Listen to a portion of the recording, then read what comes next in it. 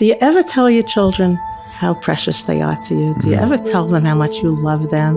Do you ever say, I'm so happy to have you. What would I do without you? Ever? And she says to me, Mrs. Trenk, I wouldn't be able to get those words out of my mouth. Certain things we just have to ignore. My husband was the model of it, of not focusing on what people did wrong and seeing how good they are and telling them how good they are. Because I see if parents didn't have a good, background, it's very, very hard. But maybe they don't know the secret. I'll tell them the secret. I'll tell them what my husband did. Since people are reading the book about my husband, they're telling me. Last night I was at a chasana. 3 different people came over to me who I did not know, who are telling me stories about their family, about what happened since they read the book. Wow. And a Rosh Yeshiva who called me, he said, I never knew your husband, but now I'm his Talmud, and I am going to be a different Rosh Yeshiva. Wow. Hello, everybody, and welcome back to another episode of the Meaningful People podcast. So happy that you are here. We sat down with Rebbetzin Leah Trenk. This is the weekend. Just yesterday on Thursday night, Friday morning was the yard site of Rabbi Dovid Trenk, who I've spoken about many times on this podcast with many different guests. Very close relationship, myself and Momo. So we're very excited to bring this episode to you. We delve into his life and how Rabbi Trenk loved them. How that Trenk doctrine came to be.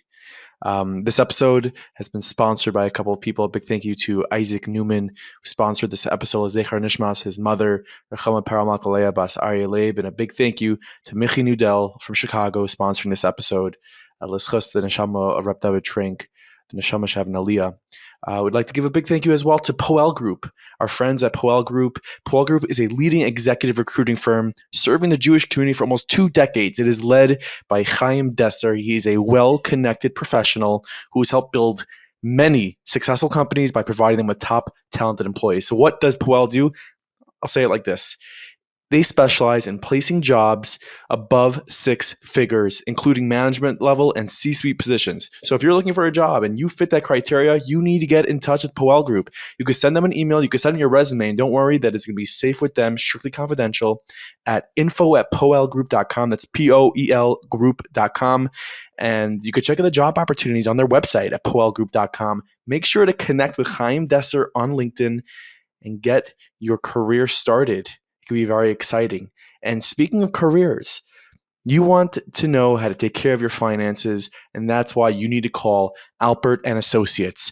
Moshe Alpert and his team will take care of your financial needs from A to Z. From estate planning, 401ks, financial planning, wealth management, insurances, whatever you need, it starts with Moshe Alpert and his team. So you need to reach out to Moshe Alpert. He is the one for you. Don't procrastinate. Don't push it off. Now is the time to take control of your finances. It's the summer. You're sending off the kids to camp. When they come back, you want to be like, yeah, I did a lot this summer. I took care of our finances, dude. Maybe you're not going to talk about that to your kids, but still, you could tell it to your spouse. That could be really cool, can't it? So you're going to go ahead and email alpertmoshe@gmail.com. That is alpertmoshe@gmail.com, alpertmoshe@gmail.com, or you can give them a call at 718-644-1594. That's 718-644-1594. I hope you enjoy this episode. You are listening to the Meaningful People podcast. The podcast featuring our nation's most impactful, influential, and meaningful people. We are so happy to be here in the home of Rebbetzin Trenk. I'm not going to give the address. I was about to say your full address, but Lakewood, New Jersey. It's a pleasure to be here. Momo, thank you for joining. Gewalt, of course. You said you wanted to start off with I have a fun fact. So my name is Moshe Aaron, and my nickname is Momo. And I think you might be, unbeknownst to you, you might be the first person on the planet Earth that became aware of my nickname, because Shua Leibovitz from Los Angeles, close childhood friend of mine, gave me the nickname in 1993 in our first year in Camp Monk. And he's like, yeah, that's going to be your nickname. And how do you get people to call you by your nickname? You go to Rebbetzin Trenk and you put it on the back of your t-shirt. And you asked me, what would you like me to put on the back of the t-shirt? And I said, let's try Momo. and you What? Made you me- famous. gave me that nickname. That is. Oh, Shua gave me the nickname, and you made it possible. Wow. Thank you. That's amazing. That's a strong start. Thank you, Momo. It's a true story. We'd be calling you Moshe Aaron now if not for that. But before we get to the Camp Monk, which Baruch Hashem, myself and Moshe Aaron over here had the opportunity to spend with you and your husband and the monks for many years, let's peel back, all the way. I guess to the beginning of your relationship with Rabbi Dovid Trenk, Zecher Tzaddik Livracha. If you could just take us to the beginning. Okay. I was 18 years old. I was in seminary by Rebbetzin Kaplan. And my uncle called my parents, my uncle, Mike Tress. They called him Mike, Eli Melech Tress. I didn't know your uncle was Mike Tress. Oh, wow. That's His big. wife was my father's sister. Wow. So he called up my parents to read me a shidduch. I didn't think I was ready to go out or wanting to go out. Why would I go out? I'm not ready to get married. And I loved seminary. I loved school, always. So my parents suggested it. I said, I don't think I'm ready. And my brother, who's a year older than me, said to me, Dovid Trenk said he would go out with you and you would hesitate. Are you out of your mind? I said, who's Dovid Trenk? He said, Dovid Trenk? I said, you know him? He said, everyone knows Dovid Trenk. You don't say no. Gewalt. And that's So that was the beginning.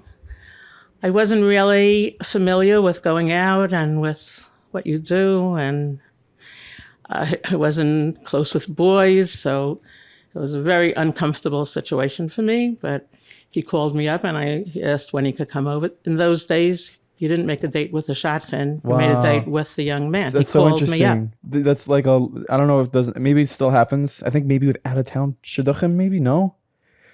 It's always a question if there's going to be a phone call before the date. He called me. I spoke to him. He said, when could I come? I said, you could come right now.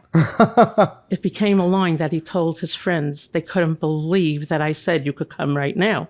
Did he What am I actually thinking? show up? At No, that? No, he didn't. No, he knew better. Was 5 years older than me, 23. So he knew the ropes. I Yeah. didn't know the ropes. So I was quite naive, and I wasn't really interested in going out. So you want to come over? Come over. I mean, I'm not stopping you. But he came over on the Motzei Shabbos. My father didn't let me go out of the house. He could come and see me. And I have a family. I'm the only one my brother is a year older, but then I had 4 sisters younger than me. And I just sat there in the living room. He came in, and he's sitting on another chair. I don't think I opened my mouth that whole entire Motzei Shabbos. But my mother and my father are very know how to take care of people. And my mother said, let's have Malka. And came into the dining room, and with my whole family, all my sisters, everyone, we're having Malka. It was very comfortable for me because then I didn't have to talk. Everyone is talking. With your family. That's an amazing first date. Like, So amazing. My sisters, every one of them, got the giggles. And one by one, they ran up the steps until I was the only one there, but my brother and my father and my mother. And my mother says she always learned that if there are 3 men together at a Suda, someone should say a Dvar Torah. And Dovid Trenk had no problem, probably prepared a Dvar Torah. wow. And he said it at the table, and I was impressed. They were impressed. The night went on. It was very pleasant. I kept looking at him. He was one nice guy, always pleasant to everyone, friendly to everyone. And my brother says to me, I went to camp. I didn't go to Camp Monk. My brother went, of course, to Camp Aguda and then to Arvadas. And he said, I have a lot of pictures. I think you know a lot of the boys. Would you like to see them? Slideshow. And we all went to the den, and my brother's showing him all the pictures. Now, it was so comfortable with me because I became just an observer. Yeah. My brother's telling him about all these guys. My husband knows, David knew everyone. And I guess my brother knew that he would know those people. So there was a show going on. It was very comfortable. Wow. He left. His mother said to him, I see you like this girl. So he's ready to go out again. I don't know if I was ready to go out again because I didn't know about going out. My aunt told my father, you cannot keep her in the house. It's not the way we do things today. And my whole life before this, let me just start before I went out. Yeah. I'm one of 6 children. I love my parents. I did not know anyone who had parents like I had. In fact, I knew just the opposite. My friends, they would do things that their parents didn't want them to do, and then say, if my mother knew I was doing this, she would kill me. Hi. From the books that they read, from what they did in school, how they cut classes, I never could understand it because I used to say, if your mother would kill you, why are you doing it? Why? I mean, you don't want your mother to kill you, do you? So why would you do what they tell you not to do? It wasn't even like a question to them. That's not the point. I'm going to do what I want. My mother doesn't want me to do it. She has her problems. They're not going to listen to their parents because what their parents said. Do what you want. You're in charge of yourself. You don't have to listen. It was such a turnoff to me because it wasn't my life. Right. I loved my parents. I would do when my aunt said to my father, you don't have to keep her in the house. You let her go out. I said to my father, she's not your boss. You tell me what to do. Whatever you're going to tell me, I'm going to do. We don't need Tante Hinda to tell us what to do. And you were going to, and if your father had said, date 2, 3, 4, 5, you're staying home, you would stay Why not? home. That's a tremendous amount of care. No, I didn't know what people do on a date. And why would I mind if he's in the house? He was very pleasant to be with. And he didn't say anything. Why don't you say anything? Because I wasn't even talking. I don't think I opened my mouth at first date. But my aunt told my father, and my father said I should go. Now, this is a very strange story because when we came outside, David had a car over there. I don't know whose car it was. I don't think he owned his own car on that day, but he opened the front door. And I was standing there. And he said, want to go in? I said, I don't think my father wanted me to sit in the front with you. I never sat in the front of a car with a boy. Like, that sounded so strange to me. He said, so what do you want? I said, I think I should go ask my father what I should do. He said, no, I'm in charge now. You sit in the front. Wow. That was wow. What was your reaction to that? It's fine. If he's in charge, then he's going to tell me what to do, so I'll go do it. I'm the good girl. Yeah, it seems I'm not fighting anyone. You needed the playbook, step by step by step. I did not know. This led to other things also that I didn't know. I asked my mother, what would I talk to him about? She said, talk about your family. He's for sure extended family. I'm related to more people than you can imagine. It's almost like all the front people are my relatives, especially who were born in America and living in America. Were all related because if there was any from family at that time, they were marrying other from families that were in America. Well, that's a struggle most, even nowadays. Like, what do we talk about? Like, that's... Right. So my mother said to me, talk about your relatives because for sure he's going to know them. Right. And he did because Mike Tress was one of them. So we could talk about Mike Tress. But anyway, it was very strange for me. I had no idea what people do when they go out. What do they talk about? None of my friends, if anyone was going out, they weren't talking about it. We were still in school. So no one's talking about going out. Actually, 2 other girls from my class got married the same night as me. So 3 from the same class. But I wouldn't have known. Relationship with your uncle, Mike Tress, predated your meeting each other? Mm-hmm. Kempagura? That's how I knew him. No, not Kempagura. My husband didn't go to Kempagura. My husband was the head of the Perel. Oh, Mike Tress started the Perel. He started it for kids who came from Europe and who were playing on the streets in Williamsburg and all over. But my husband was the head of the Perel in Borough Park. But when there was a Malava Malka, all the branches would get together and have a Malava Malka. Mike Tress was the speaker. Mm-hmm. So one of the things that I say about my husband when someone says, was he born the way he became or did he work on it? He had his models that he wanted to be like.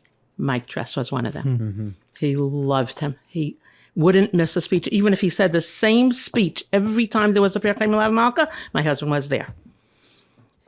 He just couldn't have enough of him, of what he did for people, how kind he was, and how everybody's problem was his problem. So my husband loved him. So they knew each other. Interesting. That's how he read the shidduch, that he knew my husband. Interesting enough, I remember many years ago, I'm 28, maybe I was 18, maybe younger, 17. I was by my yeshiva, went to an Aguda convention on a Sunday afternoon, and it was like one of the Sunday Aguda convention. They're showing videos, they're serving food, and I would say up until that moment, my knowledge was like, I love sports, love camp, but like I didn't know, the figures in the community, like Chaskel Bennett, how are you, Chaskel? I didn't know these people, right? And I remember sitting there in the Hilton or wherever it was, and a video goes on the screen, and it's about Mike Tress, and I had no idea who Mike Tress was. And to me, this is like, oh my gosh, this is a superhero. It's saying stories how Mike Tress like walked on a plane with no shoes or socks because he gave that away to like refugees. Like he gave it off the shirt off his back. Mm-hmm. And I remember in that moment, on that day, I said like, I don't know what happened in his life that caused him to be the way he is, but I want to do something. I want to do something, and it's so funny. When you mentioned right away, like Mike Tress is your uncle, it's like connecting all these dots, it's amazing. It was amazing. I knew him so well. It's my uncle. Anyway, I continued going out with my husband. Now, I always ask my mother, what should I talk about? I don't want to talk about my relatives. Also, I didn't know how people get married. Like, why would someone marry another person? What makes the difference when you're going out? Like, is it falling in love, like in a romance novel? Fireworks, like, right? Fireworks. Right, whatever. But there were things that I was very, strong about. Like, if I'm going to marry a person, I want him to know who I am. I don't want to, get married and then someone could say, I didn't know that. I didn't know that. You never told me that. If I'm going out with him, I'm going to tell him things about me. So right away, I told him, I just want to, tell you some things. First of all, I don't know why you chose to go out with me. I never saw myself as the star of the show that someone would want to go out with. No way. Nothing about me. So maybe he wants to go out with me because he heard that my father is very wealthy. Because it was just the beginning. That's what I said. Okay. Maybe you wanted to go out with me because you heard my father is very wealthy. Because it was the beginning of this cola lifestyle. And most of the people who were in cola at that time, my cousins, they're living so poorly that my aunt told me that her daughter, she came to her house and she used a piece of silver foil. When she finished, she smoothed it out, washed it, and hung it up. She's going to use it again. Wow. So they didn't have money. They needed someone to support them. So I just want to say that I just want to tell you something about me. My father might be very wealthy, but when I get married, I'm an adult. I'm going to marry another adult. I don't want any money from my father. Me and my husband, that's all take care of us. My father has been supporting people since he's 9 years old. He lost his father. He made money for the family. He supported his siblings. He married off everyone. And he was supporting a lot of other people also. I'm not one of them. Wow. So I just want you to know.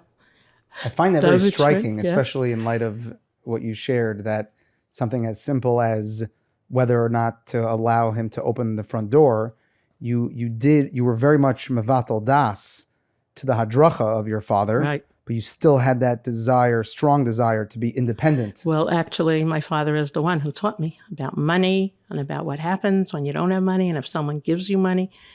My father always said there's no free money. Mm-hmm. Someone is giving you money, you owe them. So if you want to be independent, you can't be taking money from somebody else. Not even your father. Wow. Because then the father runs the show. And I was very clear about it. I wouldn't be doing that. You know what David said to me? He said, and you think I don't make money? I'm a dormitory supervisor. I tutor boys. I'm Lifeguard, no? Yeah, whatever. He takes care of people. He makes money. And he was giving all the money to his parents. But when he gets married, he's not giving his money to his parents anymore. He's going to keep the money. Wow. I said, that's what I said. Wow.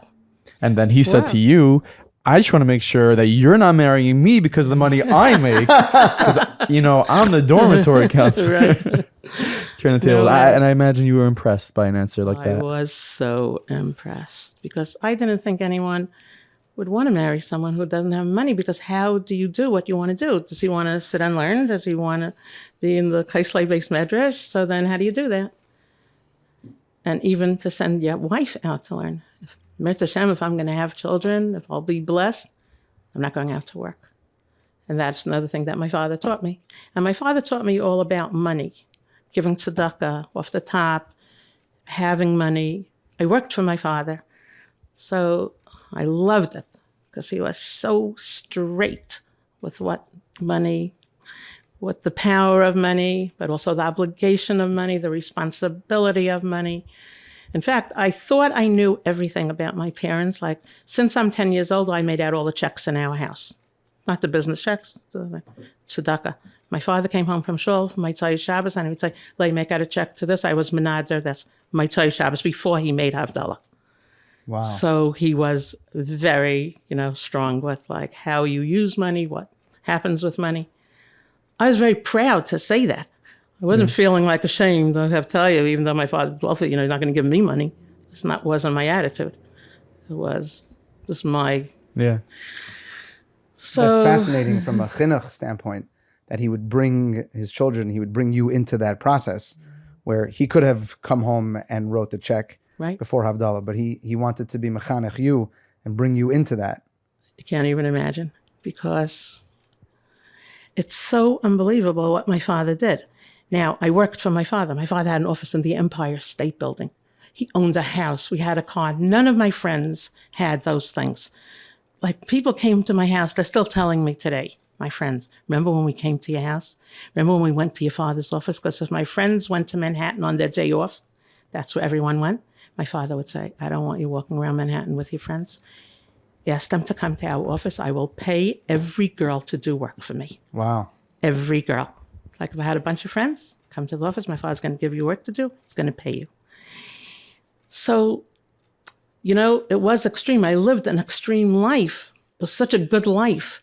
Yeah. But my father shared it with everybody. So I'm saying I thought I knew everything. I made out all the checks. When my father was nifter, and people were coming to the house and saying, I don't know how we could have lived without your father. Your father supported me. I'd say, what's your name? Say your name, Adler, let's say. I don't think you mean my father. I don't remember ever making out a check for you. You know what? I thought I knew everything. I didn't know hardly anything. Wow. He let me do some of the things. Right. He let me make out the checks for the shawl, whatever he was, Menader. He didn't let me know who all the people were, who he was Wow. helping. That's special. So I loved my parents. I would do anything. They were the best parents that a child could have. And really, that continues to my marriage. The second date, I'm already telling my husband, I'm not taking money from my father. But after that, I wanted to know who his parents were, because I know my friends and I know what their parents do, and I don't want to marry someone who doesn't get along with their parents. Right. So then he said, where should we go? First of all, my father was very, very strict. No, you're not just driving around at night looking for a place to go. If you have some place to go, and it's within this time frame, you could go there, but not just driving around. So when he would say, where do you want to go? I said, well, I'd love to meet your parents. Second date, Third date. third date. Yeah. Nice. Because I don't want to be attached to someone who I don't know what's his relationship with his parents. you wanna know his- What do you mean? He came to my house already 3 times. He comes in, he talks to my parents. He sees they're talking to me. I'm talking about my parents. I want to know your parents. He says, oh, it's not going to work because my mother this, my father that. Now, every time we went out, if you said, where do you want to go? I said, you know where I want to go. I want to meet your parents. I don't know that he's thinking, you're proposing? I'm not ready to get engaged. Mm-hmm. I'm not talking about proposing because I don't want to marry someone if I didn't meet his parents. Oh, wow. Only boy I ever went out with. It wasn't like I was experienced This is in the this first thing. thing. And I Wow, didn't yeah. talk to my friends either about it. I was very young. Right, but you said that he knew the ropes, so he saw that knew as like the an ropes. escalation. He's He like, must have seen it because whoa. every time he Stop had sign. the craziest excuses of why we can't meet his parents. And didn't he know in advance that he was going to ask me, I'm going to say that? So why didn't he prepare in advance? When he didn't ask me where we want to go, he said, I'd like to take you to meet my parents. And would you marry me? I was like, why do those two things go together? Because I wouldn't want to know. I don't want to even think about marrying you until I meet you with your parents. Right. We're on like a we never shidduch said that. reform train. Yeah, right no, now. it's Our like such a last- sensitivity though of Rabbi Dovid of not just blurting it straight out like, oh, you want to meet my parents? We just started dating, blah, blah. But just like, Right, but really what he was doing too I know, was it didn't work. making me think that there's something wrong with his parents. Oh, how many Because dates? when he proposed, yeah. and I said yes, and then he said, now we can meet my parents, I wanted to tell him. Too late. Yeah. What does that have to do with anything now? How many dates did you guys? Seventh date. Seventh was, date. Lucky number 7. I was ready by the second.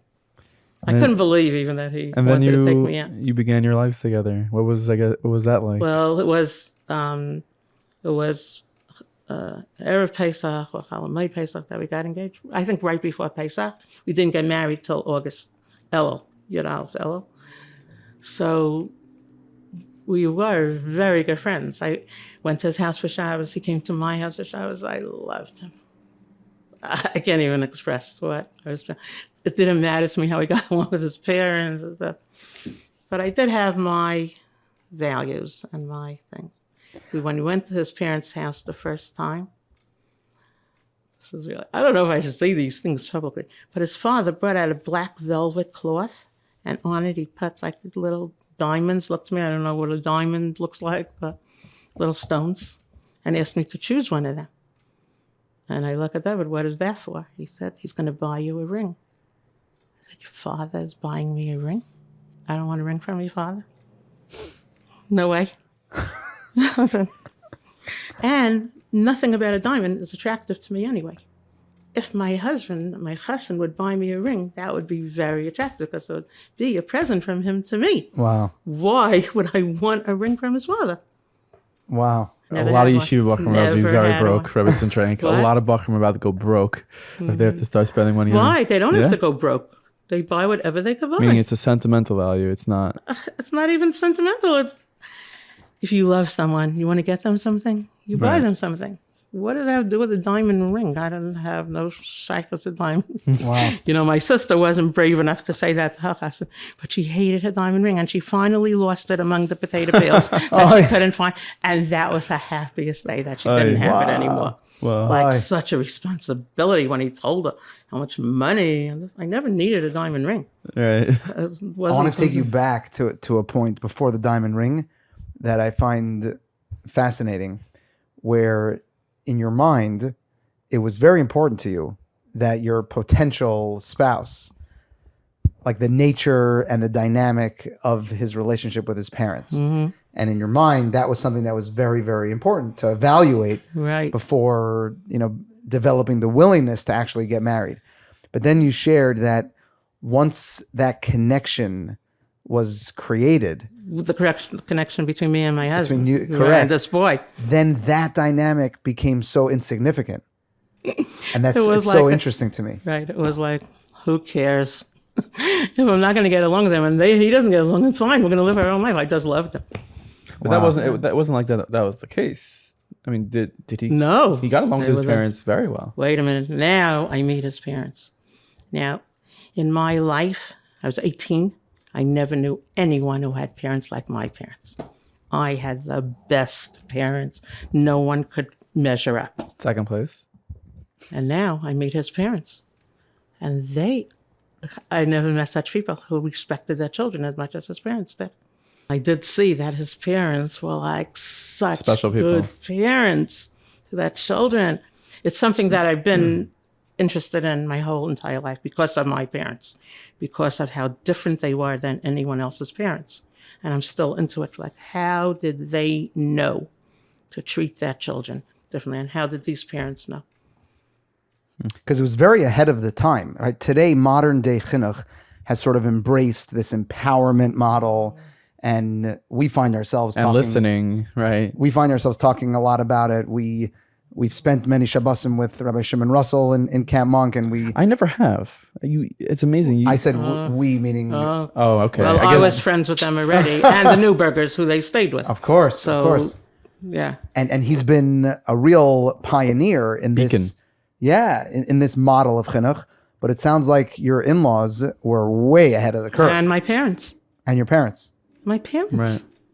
So I guess that's sort of speaking about, your husband, Rabbi Dovid Trenk, to come from a home, like you think of the things that, and we'll get to obviously the yeshiva and the things that your husband accomplished, that, how does that happen? Like, how do you raise a kid like that? And it sounds like it's not an ordinary situation, right? And he's coming from that situation. And along his trail of life, the people who did that were his heroes. And that's what Elimelech Tress was. Like you're saying, take off the socks for somebody else who doesn't have. Being so kind to people, understanding their side, not needing it to be your way. So that is so rare, even with everyone knowing they could read the books. It's not that what they're doing. I could just keep you here the whole night and just tell you stories about me and people and who come to me and what they're saying. It's beyond belief of what. What's the story that pops into your head right now as you said that? Well, I was just at the sister to, I shouldn't say really. Parents, they tell me, like the mother's telling me how bad her children are. So bad, just she could like enumerate how many things they do wrong and not listen to her and not do what she wants. And I say to her, like, do you ever tell your children how precious they are to you? Do you ever tell them how much you love them? Do you ever say, I'm so happy to have you. What would I do without you? Ever? And she says to me, Mrs. Trenk, I wouldn't be able to get those words out of my mouth. Aye. Not unusual. Another statement that so many people have told me, and when did anyone ever compliment me in my lifetime? Ever? Now, a person who was never complimented and is already down in the dumps and then goes to school and teachers do the same thing, criticizing, embarrassing people in public in front of their friends, they can't say those words. Yeah. Hurt people, right? Hurt people. I feel like my job when I talk to parents, I mean, this is going off the subject, I don't really want to talk about myself, but I also learned it from my husband and from my parents, is to make people feel good. Mm-hmm. It's nothing to do with, well, what about when they talk chutzpah to you? What about when they're not doing what you want them to do? What about this? Like there's so many cases all the time, people are not doing what you want. Then what do? Ignore it. There's always other things to say. You don't have to say that. And even when you're saying to your child, you have to. Nobody has to anything. Nobody. Hashem gives everyone bechira. You could choose. Even if it's the wrong thing, you could choose. So you're maybe choosing the wrong thing. And that's what you're telling your child. Like you had to tell him. I was once in the country. I was sitting on a porch in a bungalow colony with my sister. And like down the whole row of bungalows, the last bungalow, a boy, maybe 6 or 7 years old, comes storming out of his bungalow, running down the steps, running across the bungalow colony as if there was a fire in his house. It was scary looking. But on his heels, his mother is on the porch. She's screaming on top of her lungs, screaming. You are not getting dessert for the next 27 days, including Rosh Hashanah. Oh, wow. How'd you make that cheshbon, 27? Yeah, exactly, because she didn't start today. One day he did something wrong. Now tonight he's not getting dessert. Tomorrow night she's up to 27 days. But he doesn't even hear her. Yeah. And what is she accomplishing? Because if she's doing that already for 27 days, he's certainly not being obedient. Wow. Why would she think that today? And in front of everyone, she's not ashamed. Yeah. She's doing the right thing. That's what mothers should do. Punish their kids, throw them in the dungeon. Starve them for a few days. They'll listen. You mentioned the screaming and like the tuning out. I'm reminded a close Yedid Nefesh of mine, a close friend of mine, Jake Walden. He had a very powerful line. He said, "Energy speaks, whispering screams, and shouting is silence." Well, to anybody else's vision, that boy was already out of her screaming range. And it was silent. And she's still screaming, right? It's not, but she needs to get it out of her that what she wants to do to that child. It's not. You know what I would invite you to do, actually? I would invite you to address, we understand the chinuch approach that your husband was so belovedly perpetuating for decades. And we do definitely want to talk about it. But before we get into that, I want to invite you to address the parent that does struggle with that inyan, with that mother on the porch, that all she knows how to do is just scream and not be heard. How does someone like move past that struggle and start introducing this mahalach into their parenting? It's very hard. And especially people who've gone through the mill to change what they do. But anything that we want to accomplish is going to take work. So I'll stand by your side and help you. Call me when you're angry at your child. Don't say it to him. And if it's first of all, I get wedding and bar mitzvah invitations every single day is part of my mail. Like I'll take my mail at 3 invitations. I mean, who's inviting me to all the weddings? But in so many of the invitations, I'm getting a note. Mrs. Trenk, all to your credit. I'm saying that. What's a secret sauce that you can give over, though, to the parent? Like, is there something? Right. So what happened? Look, she became a different mother to that child. Because once you realize it is very hard work, like the mother who said to me, I can't get those words out of my mouth. So what's my job? I'm going to tell her what a good mother she is, but look what you do. And your son is not going to remember all the good things that you do because he only remembers that you called him this name, that you are displeased with him, you think everyone else better. One of the things she said is, my family would be a better family if he wasn't there. Oh. Yeah, 3 sons she only has. 3 sons. He's the oldest. So how could that be good? She's also crying. Right. She doesn't have a good son. But if she's going to listen to me and we're going to do things differently and you're going to ignore things, it's not that it's so important to hear to repeat what this child said. You know what he said? So it doesn't matter. Certain things we just have to ignore. My husband was the model of it, of not focusing on what people did wrong and seeing how good they are and telling them how good they are. So, but I had those parents from the get-go. Nobody had to teach them that. And how did they know? Did they also have such good parents? Because I see if parents didn't have a good, background, it's very, very hard. But if I could be that person for them,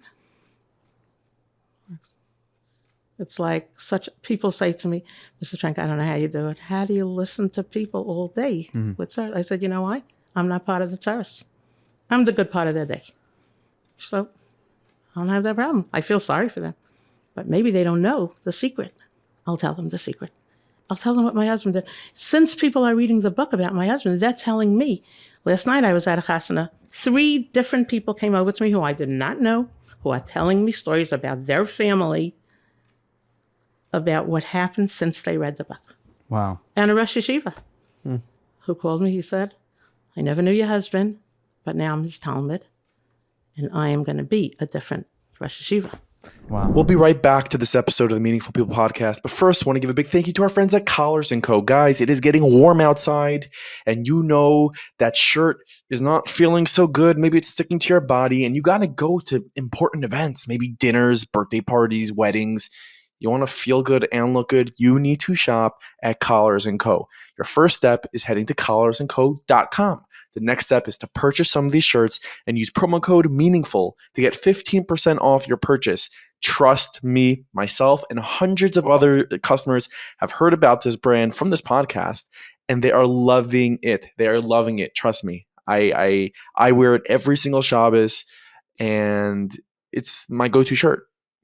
It's my go-to shirt when it comes to recording a podcast, when it comes to going out to an event, when it comes to just even chilling, relaxing. It is a comfortable shirt, but looks super professional, and you should go get it right now. Head to collarsandco.com, use promo code MEANINGFUL for 15% off, and enjoy the rest of this episode. I want to start unpacking that, I guess, the just love them attitude and the movement that Rabbi Dovid Trenk, like Momo said, perpetuated for as many years as we can remember.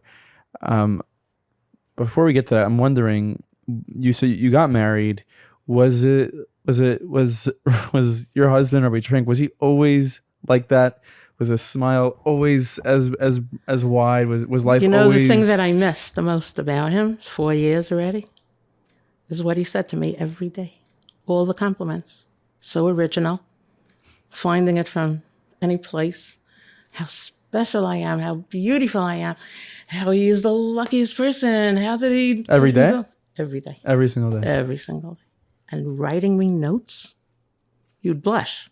You saw the notes. I had heard that after he was nifter. After he was nifter, that you know how many notes I already found?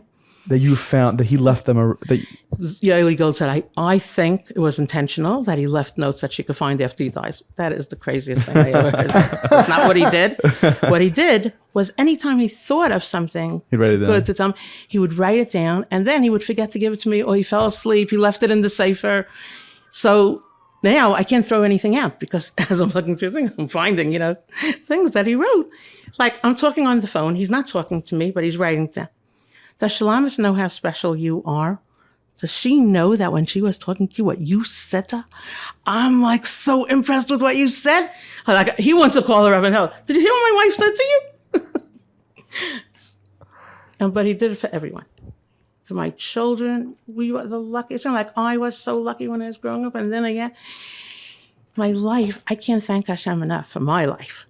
Like I didn't do anything to deserve this. It's not for my credit. But what I got, how do I pay for it? Wow. How do I pay for that? My uncle should read me the show.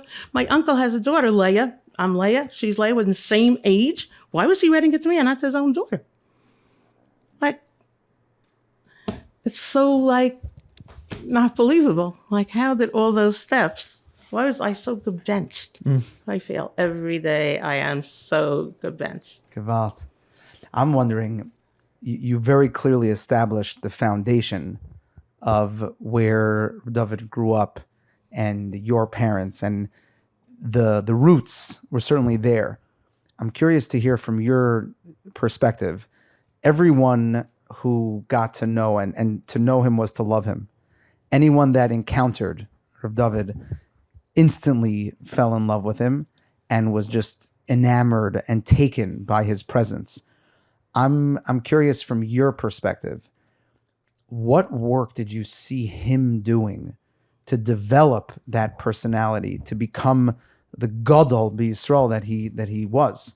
I never knew that he was a Gadol b'Yisrael. I never knew they would write a book about him. That was the biggest joke of all. Writing a book about my... Sruli Bessa said the same thing to Gedaliah Zlotowitz when he said to him, I want you to write a book. He said, I'm in the middle of writing a book. He said, yeah, but I want you to start tonight. So Shirley Besser, who knew my husband, he said, a book about Rabbi Trenk? You sure? A book? And it's exactly what I was thinking. Exactly. Gedalia had I this didn't think Shmaya. I didn't think my husband was a book. If I'd want to write an article about him and send it out, that would be cute. Like, maybe everyone doesn't know him from my perspective. So, I don't know. Gedalia loved him. And my husband had his mentors, because Mrs. Monk Sr., Mrs. Martha Monk, she was my husband's director. When I was asleep in the morning, 4:30, my husband's on the phone. If he was on the phone, 4:30 a.m., 5 o'clock, I knew he was talking to Mrs. Monk, who was already living in Eretz Yisrael. Any problems he had, he discussed with her. Wow. So he had his people. Even though he already was that style, still, there's things that... But did you see your husband sort of do that, the work to become who he became? Or was it natural? What was that? You see what the book, when they named it Just Love Them. I said, this is really best. What kind of name of a book is that? Just Love Them? You make it sound like it's so simple. It's all you have to do. Just love them. Yeah. I said, it wasn't simple. He said, I didn't say simple. You're not reading it right, Mrs. Trenk. I said, 3 words. I'm not reading it right. Tell me how to read it. Tell me how to read it. He said, it's not just love them, like simple. Just love them. Whatever you're doing, it better be coming from a source of love. I said, oh, how original. I don't know if anyone would know to read it like that. Yeah. So not just love them. It wasn't an easy thing.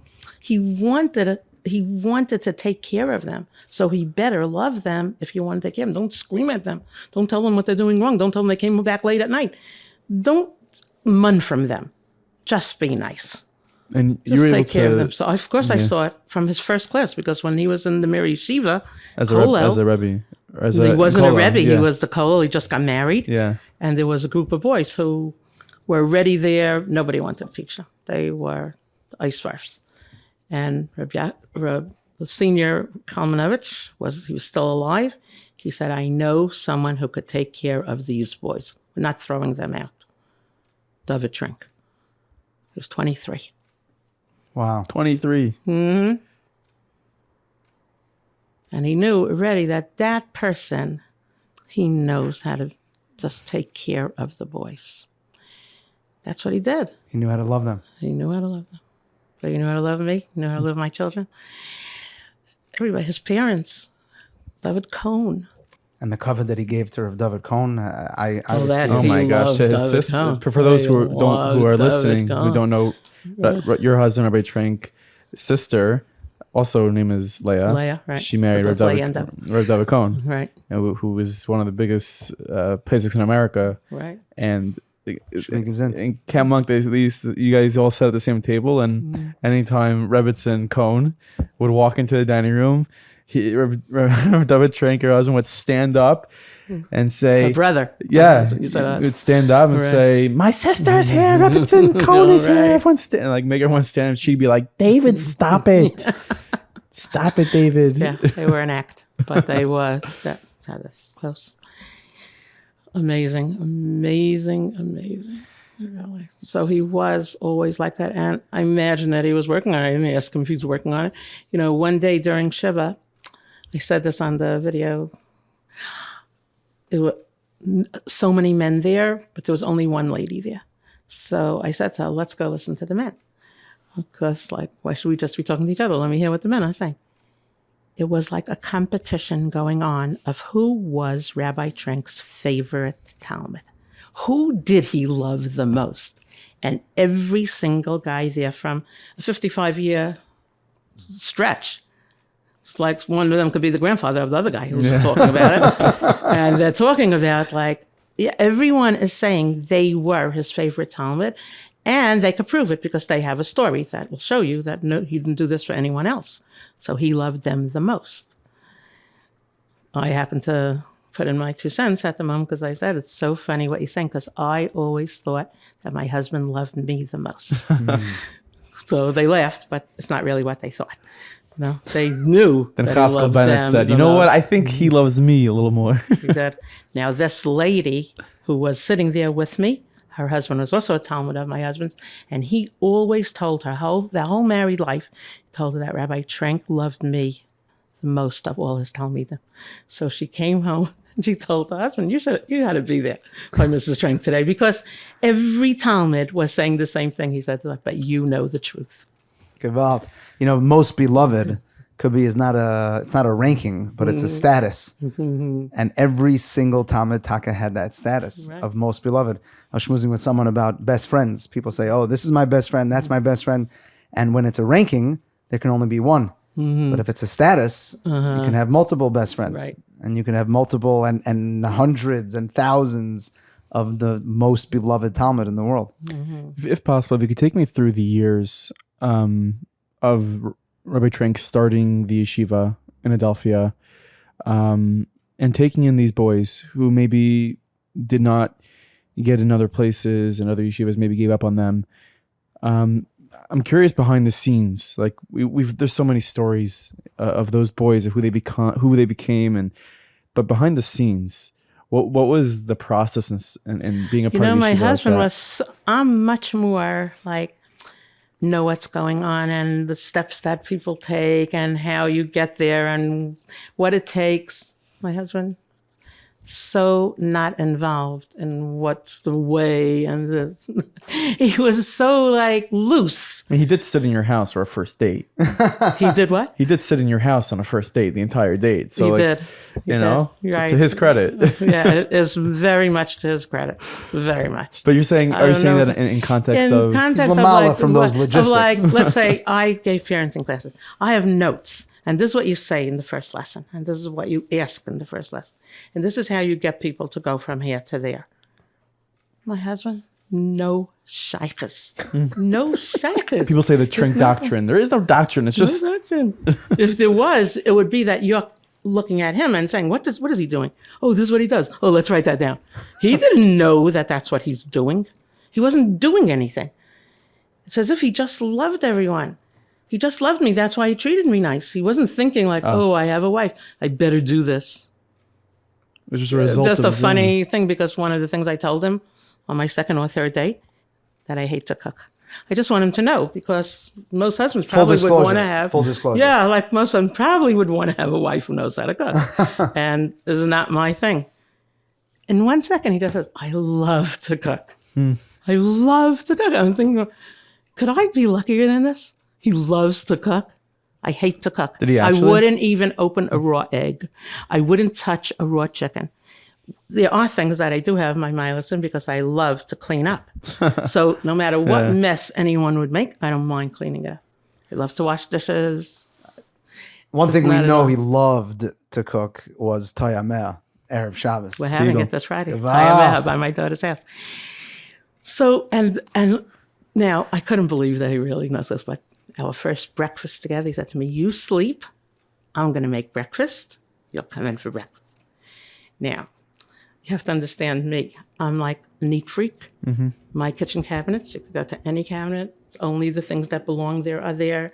Every label is facing front, size, order. You know what I mean? Neat, like in a store. So, and I take a lot of pride in doing that. Yeah. I come into the kitchen. Everything that I had in the cabinet, it's on the counter. Because this is how my husband cooks. First, he gathers the goods, puts it on the counter, and then he takes stock, like what we have. And now he'll know what to make. It's not like, what do I need from the cabinet? In fact, when my kids were growing up and my husband did a lot of the cooking, it was the most fun to watch him cook. The best thing that he loved to do, make a mush and put his hands in it. Like this. Like this.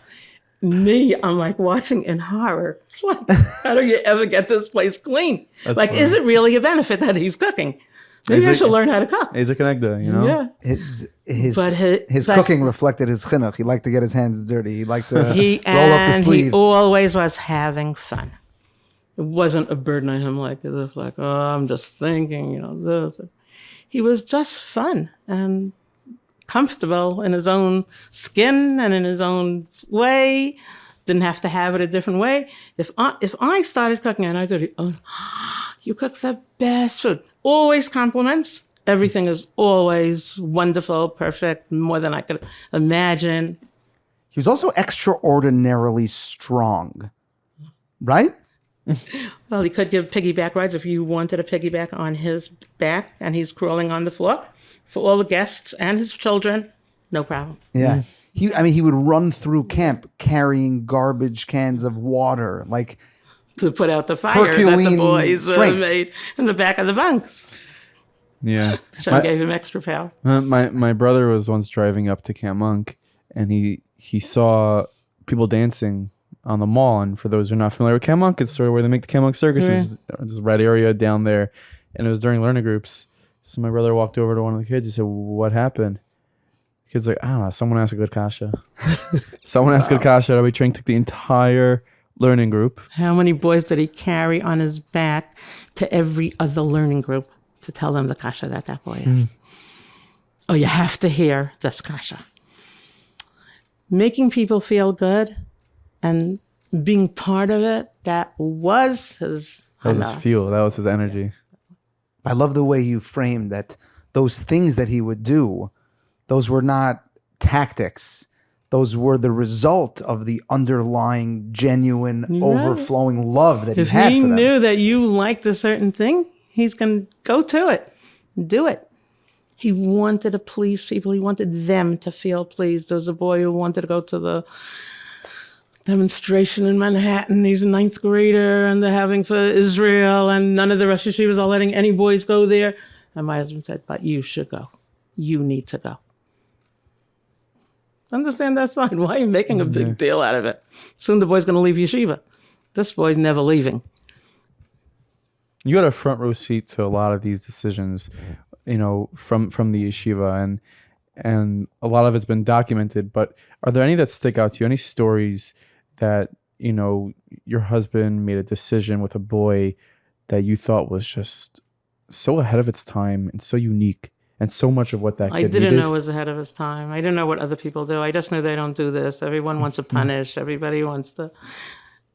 I was so impressed with him and everything. He was, if he saw a problem happening, like people are wondering who should be the son to get the bris, who should be this, he always wanted to make it easy. Like, let's just take care of it. Don't make.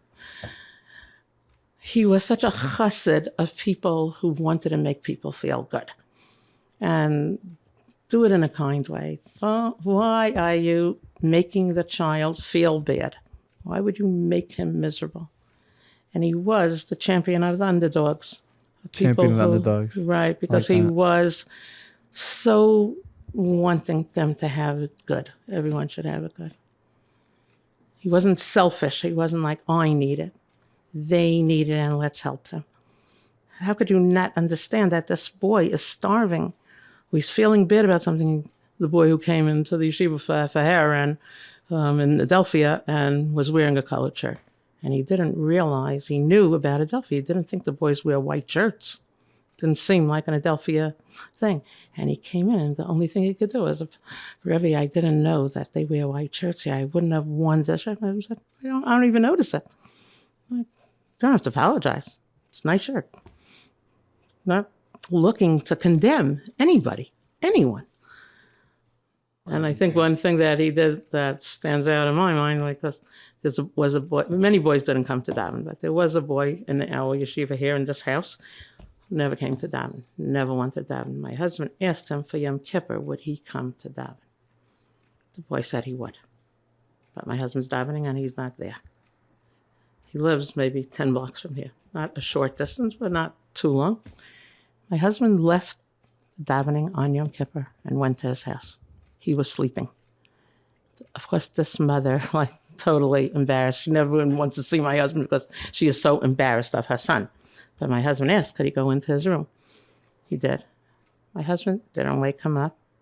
He davened loud in his room, the Yom Kippur davening, until Mincha. That's like I didn't even know that my husband wasn't here. Hours. Wow. The boy finally woke up. He said he's going to come. My husband walked him back to the yeshiva as if he was waking him up. I'm fine, there you come. I didn't even know that my husband wasn't by the davening. He didn't go there and say, you said you're going to come and chastise him. He just went and he just davened. But so many stories of that is why boys do what they do. Do you know the story that a boy also told us here by Shiva when we were sitting Shiva? This boy also. My husband drove around town to pick up all the boys. He was the first boy that my husband picked up every day. None of the boys were up when my husband came. First, they had to get up. They had to get dressed. They had that keeping him waiting because they're going to go to the next guy. It took a long time to get all his guys together. But this boy took him forever. And when he came, he went to sleep on the table. Never davened.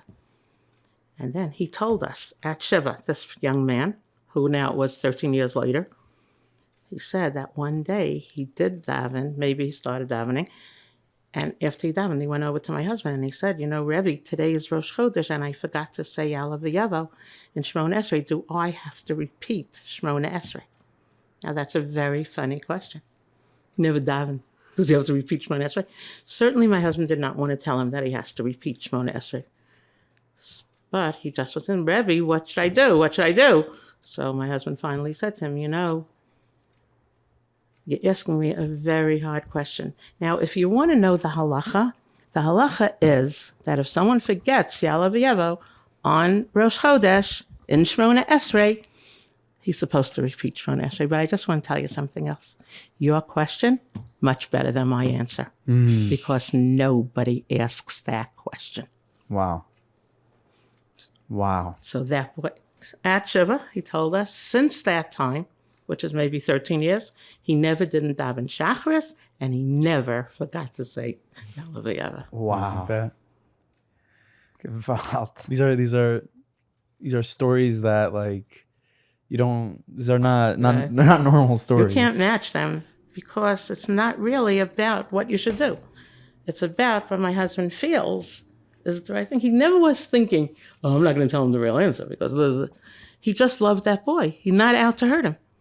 He's not going to hurt him. It was almost like he didn't see the Yeah. external. He only saw directly straight into the core of his Talmidim. Yeah. Like a modern day Rebbe Yitzchak Mibarditchev, like only seeing the beauty, only seeing the positive, only Yaeli seeing. Gold. Yaeli Gold. My husband was his father, literally, and a good father. He spoke at the thing he says on the video. I thought Rabbi Trenk was going to come out of the Aryeh and praise me. After he spoke, he's the only Talmud who spoke. Yeah. Can I ask you a hard question? For me, it's going to be hard. Difficult question. Let me hear. So something that's on my mind. During his life, I think it's safe to say that after your husband had passed away and the book came out, there's been a just, it almost went viral, this just love the mentality.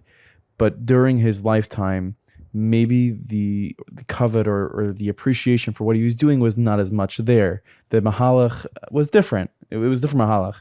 He didn't have the podium. He didn't, if he was live right now with all the stories are out, clearly, we know that'd be different. Was it ever frustrating for your husband that he was seeing things done a way that he didn't believe in and he thought things should be done this way and he wasn't given the covet to do it? Did that ever get to him? I think you're talking more about me than about my husband. It does get to me, a lot of different things, and parenting exclusively. No, I don't think it did. It didn't. First of all, how could it bother him? Because he loved that Rebbe also. And he loved that person doing it. But he had a way, and he didn't think that people could understand that way. He had the tape from Reb Matisyahu that he listened to every single time he went in the car. If no one else was there, he listened to that tape. Only like a 20-second thing on that tape. And that was Reb Matisyahu speaking to Mechanchim, over 2,000. My husband was at that Mechanchim meeting that they had here in Lakewood. And at one point, when the Rebbeim were asking him what you do about the boy that does this, he said, Was willst du von der Kinderlach? Was willst du von sie? And how were you different in your day when you were their age? Why are you munning from them that they have to be, the gadol that you want them to be? Leave them. So my husband, he listened to it every day. That's the chizuk. Wow. That's the chizuk. But we know, And also about people who wanted to throw out kids. yeah, we know by that. Like there's an Aguda convention where your husband No, had the got up. Torah Masar He had got up and he was yelling about we can't throw kids out. like a lion. You were there. I was there. What was I that? was embarrassed to the nth degree. I was looking in that direction like no one better know that I'm Rabbi Trenks. He's screaming. What was he screaming? Because the question was to the panel. Novominsker Rebbe, Rebbe Yisvei, Rabbi Gifter was there, all the Gedalim. And someone asked, so when do you know when you could throw the kid out? What's the final straw that tells you, okay, you could throw him out? My husband didn't let them answer. Before they answered, my husband got up on a chair, screaming on top of his lungs. This is what we came for Torah Convention, to find out when we should throw kids out. We're not going to talk about throwing kids out. Let's talk about who we should take into the yeshivas. Gewalt. Rebellious face stood up. He said, no one could say anything. He said, we don't argue with Rabbi Trenk. Rebellious way. Zichron Livracha said that. Gewalt. Like, who would dare? And then I said to him, and I have it on the video because I never said a word to him about it. A year later, we're going back to the Torah Convention.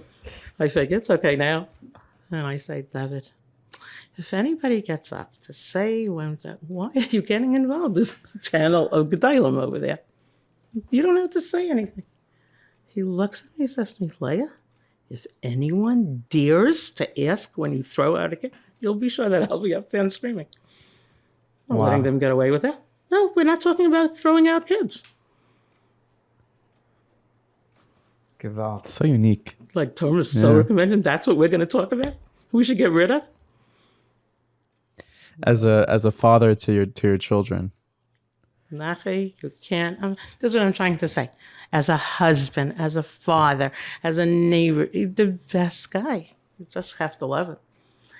He's so nice to everyone. He's never angry at anybody. Not his children, for sure. My children, that's why I wanted them to be here. I said, you hear my children, that's speaking about him like I used to speak about my father. No one was a better father than And that's everything you wanted. Everything. Let me ask you, if someone's listening to this episode and it's the 4th yard site of Rabbi Trenk this past week, what's the one lesson you want them to learn? Whether they've known Rabbi Trenk forever or they're just learning Rabbi Trenk right now, what's the one lesson you want them to walk away with, to know about the life and the legacy of Rabbi Dovid Trenk? How gebenched I am. That, like, I always think I have no excuse to mistreat anyone. If I do, something wrong with me. I have no excuse. So if you're raised by such a person, if you had that good life, that's the magic. So let's say someone doesn't have that life, but if they could learn from this, how many people told me they changed their own life to be like Rabbi Trenk? Because they didn't have that life. Some lady is crying to me, when did anyone in my life ever compliment me in my life? So if they didn't have that, how hard it must be. But look, there is you could be that. It's an Aveda. I'm not jealous of anyone who has that Aveda. Yeah. It's so hard because we are a product of our being raised. We're the product of that thing. If a mother never compliments her children, only tells them what's wrong with them, the person can't, like this lady said, I can't get those words out of my mouth. She said to me, you actually told your child you love them? You said those words to your child? I'm looking at her like, I don't know if you want me to answer that. Because then it makes her into like, what is she? She never said that to our children. What is she? What can't say it. What is someone like that supposed to do, though? She's so deep in this matziv. Right. She's got to do the work to get out of it. So she has to do the work. So she could come to me because I'm going to tell her how special she is. Like a lady who could say that could also say those words. Someone has to love her. And then what if they end up in a marriage that they're both like that they only angry, only could see the bad, always complaining, criticizing, never saying something nice? How does a person be able to do that? You can't just read it in a book. Yeah. Today, Rosh Yeshiva's son called me about his own daughter and told me she's 12 years old and she's moving in the wrong direction. So what does he want from me? Could I see her? I said, no, I can't see her. Should I tell you why? I don't want to be her guide. I don't want to be her mentor. I want you to.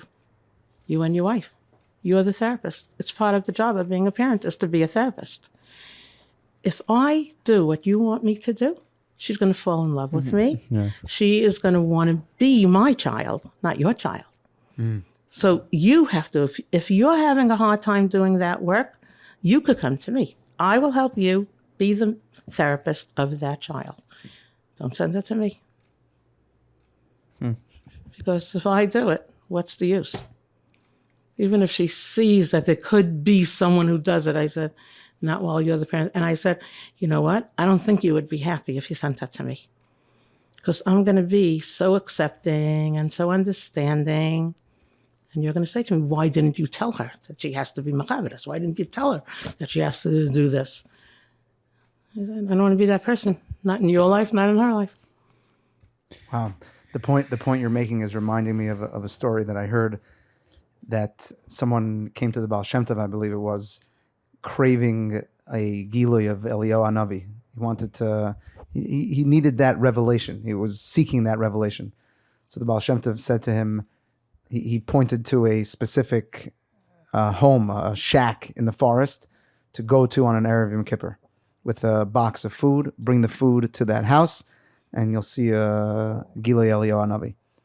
So the Jew packs up some food in a box, and he goes to the forest, and he finds the shack, and he knocks on the door, and a mother opens the door with a bunch of children behind her, and he starts looking inside to see where Eliyahu Hanavi is.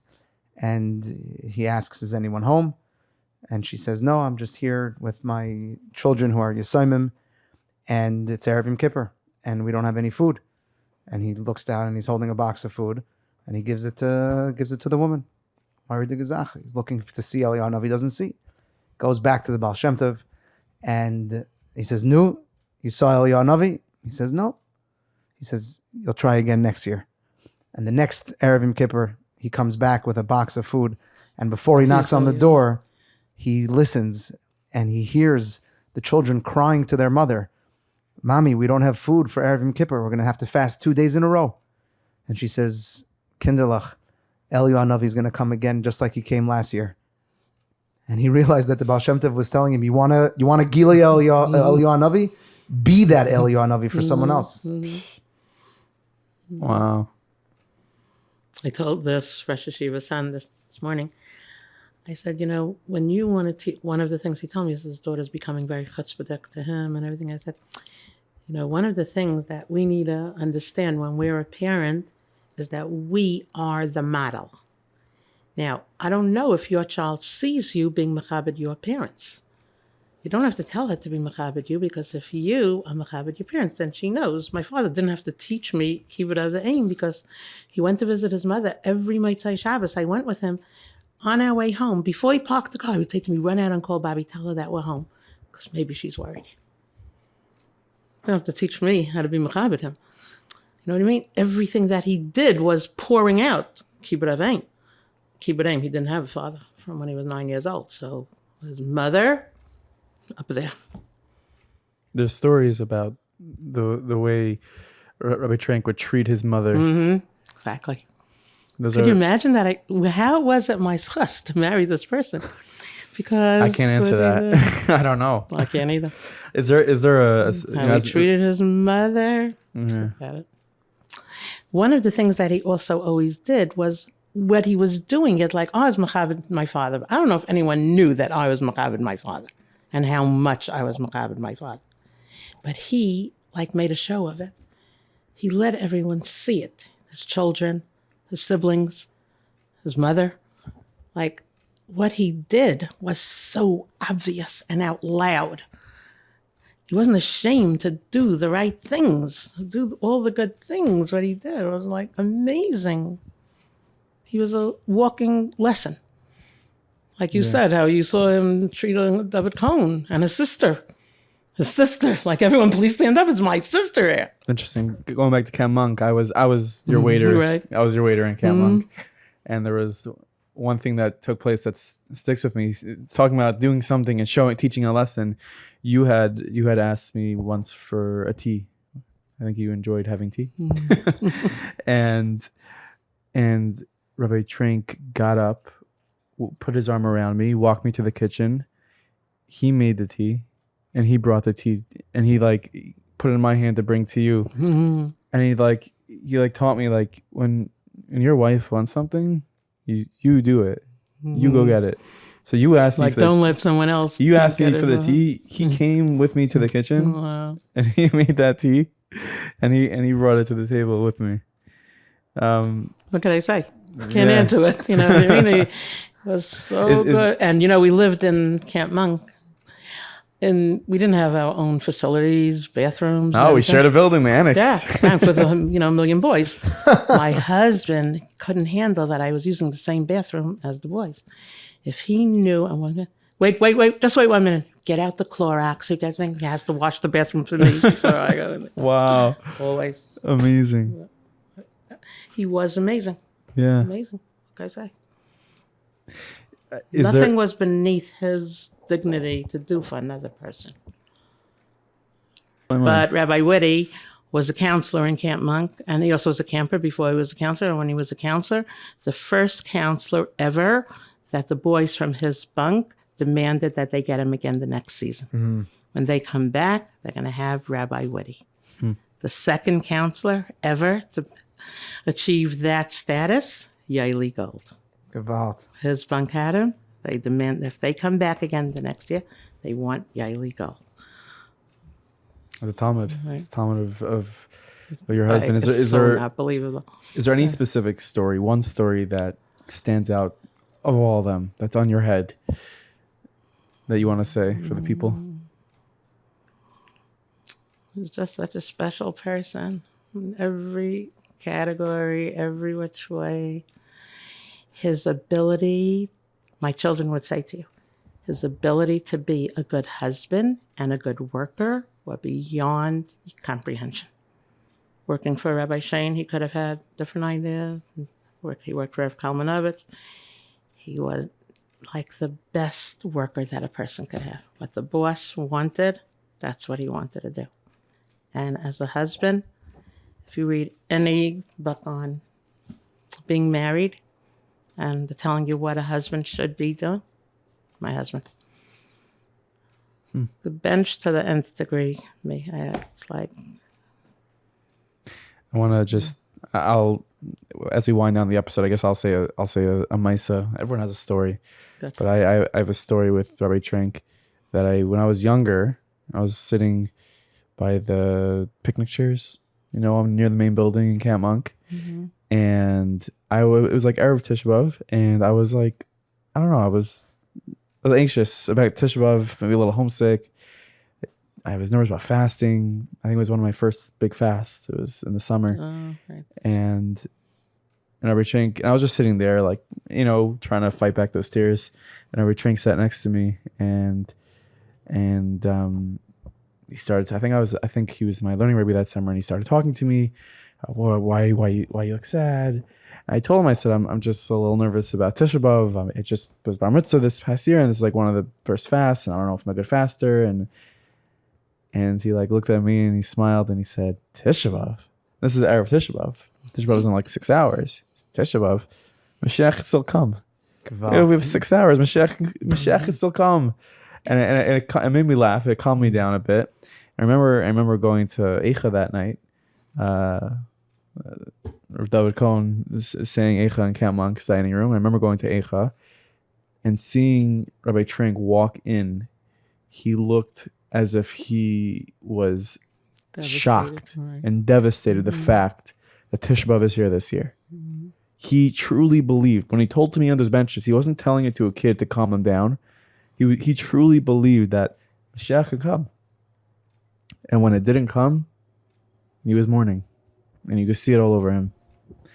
And that's a story that sticks with me for forever. I could tell you another story, not like that story, but when he was sick for 6 months in my house, first of all, every day was like a party, a celebration. It was one of the best periods of my life because my husband was never around. He was always busy with somebody or something. But when he was sick, he was right here at this table or sitting on the couch, and so many people coming to see him. And he was so elated because any Talmud from a 55-year span of being a Rebbe, Camp Monk, and Yeshiva, he loved every Talmud. And this was the amazing thing that I saw. I could not believe what I was seeing. Every Talmud who came, whether it was from 13 years ago, 35 years ago, 14 years ago, he reminded them what they had learned with each other. Gewalt. What do you say? I said to my children, a girl who's teaching in school, let's say she's a 9th grade Chumash teacher. Every year, she could be a teacher for 20 years. Every year she's teaching the same exact limud. But in the yeshivas, the boys are learning a different Masechta every year. So you're not teaching the same thing that you taught last year. You have to prepare new. How could you remember what you learned with any boy? Like, which year was he in my class? Oh, that year I think we were learning that. No. Everyone who came, you reminded them of what they had learned together. Wow. Chazal say, the Gemara says, Al yifter mechaverei ela mitech dvar halacha shemitech kach zachreu. It's giving an eitzah, an advice that when two people part ways, to share a Dvar Halacha, to share a piece of Torah. And by doing so, they'll remember each other. So the question is, why not, if it's a reference, give a Diet Coke. They're more likely to encounter a Diet Coke and remember the person more than dafka this piece of Torah. And I heard beautifully once from Rav Shalom Kamenetsky in Philadelphia Yeshiva that the process of parting ways, mitoch dar halacha, the process of connecting through Torah, mitoch kach zeichreu, that creates a lasting bond between the two people. Surely was. And as you're sharing, he had that connection of a specific piece of Torah with every single Talmud. Every single time. Mitoch kach zeichreu. The one story that I told over, I think, in the video was a man came here. Let's call him Chaim. I don't remember his name.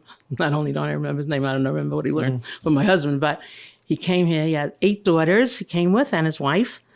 And as soon as my husband saw him, he said to him, Chaim, do you remember? He has 8 daughters. Look, how many years ago did he have my husband? Do you remember the kasha that you asked me in 9th grade? And I showed you it was the first kasha that they asked Reb Moshe in Reb Moshe's Sefer. Do you remember the kasha? Wow. And I'm thinking like, oh my gosh, don't embarrass him in front of his 8 daughters.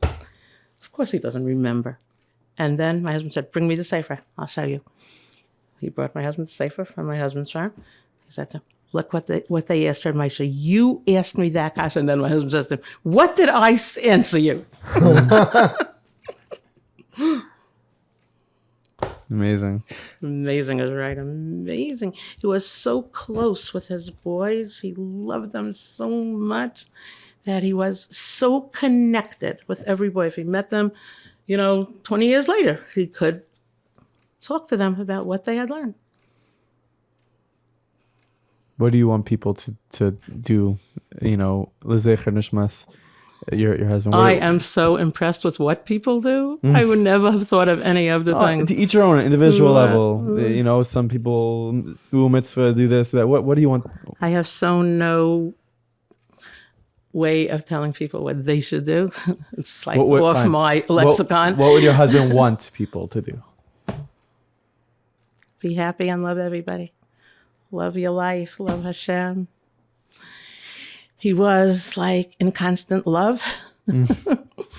That's what he was. He was a person who just appreciated, loved everybody, everything. You could never talk to him about like someone is bad.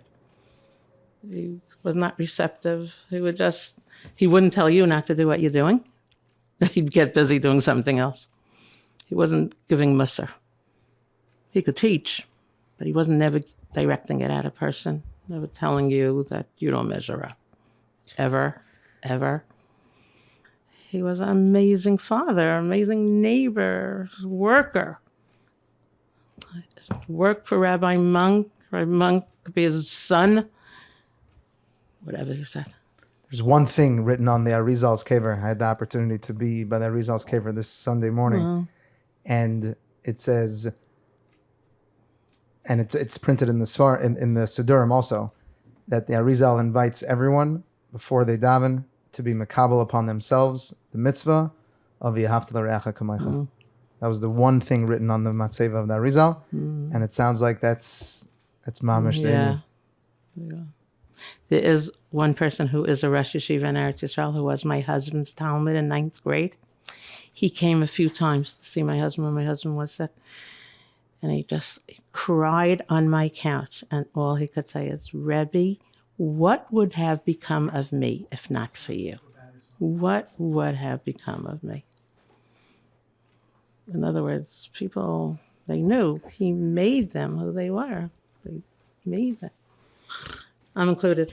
Rebbetzin Trenk, thank you so much for welcoming us into your home and sharing that with us.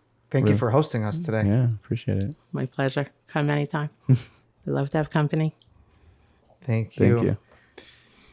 And your husband's neshama should have an emes aliyah, and maybe a melitz yosher for all of his beloved talmidim in Gans Klal Yisrael. I could just say something personal. Was still on or not? I don't know. If you want to. Since I became an almana, my husband was passed away. People like, they act differently to me, like as if like, Mrs. Trenk, how you doing? Like, how you managing? I don't even like understand what they're trying to say, let alone what they're saying. I feel like people are expecting me to be sad and like down because like you don't have your husband anymore, your great husband, you know? Like you lost your husband. First of all, if anyone dares to say it, I didn't lose my husband just by the way. I know where he is. So, not lost. He's nifter. It happens to every single person. You know what I mean? It's not like something that that's strange to me. But also, I'm not sad. So am I weird or something? Because I feel, as soon as he was nifter, I felt like if someone would have told me in advance 55 years ago, that this is the deal. You'll have the best husband by 55 years. What would I have said? Good deal. Good deal. I'll take that. the deal, Howie. I'll take it. So now that it happened, should I say, Hashem, you couldn't do 75? Like, what's 55? I would never say that. I had the best life. I'm smiling. I'm not sad.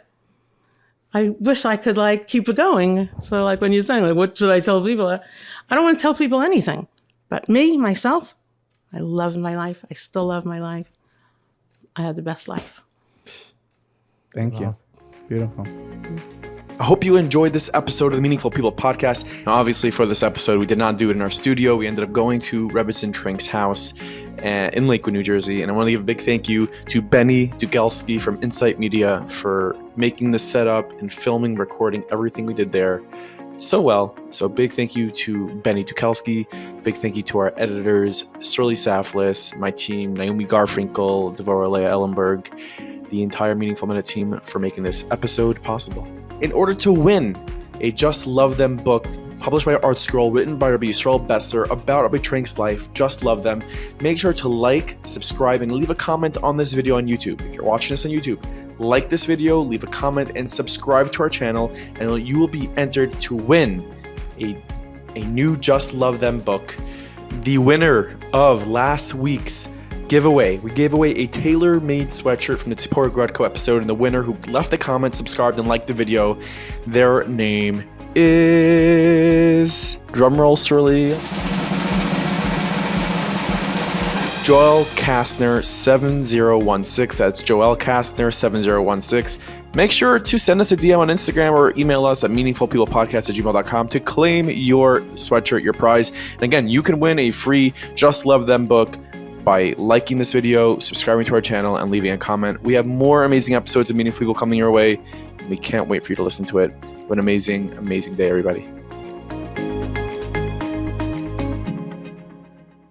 Hope you enjoyed this video from Meaningful Minute. We have so much more content for you. You may like this. You may like this. Take your pick. Let us know what you think.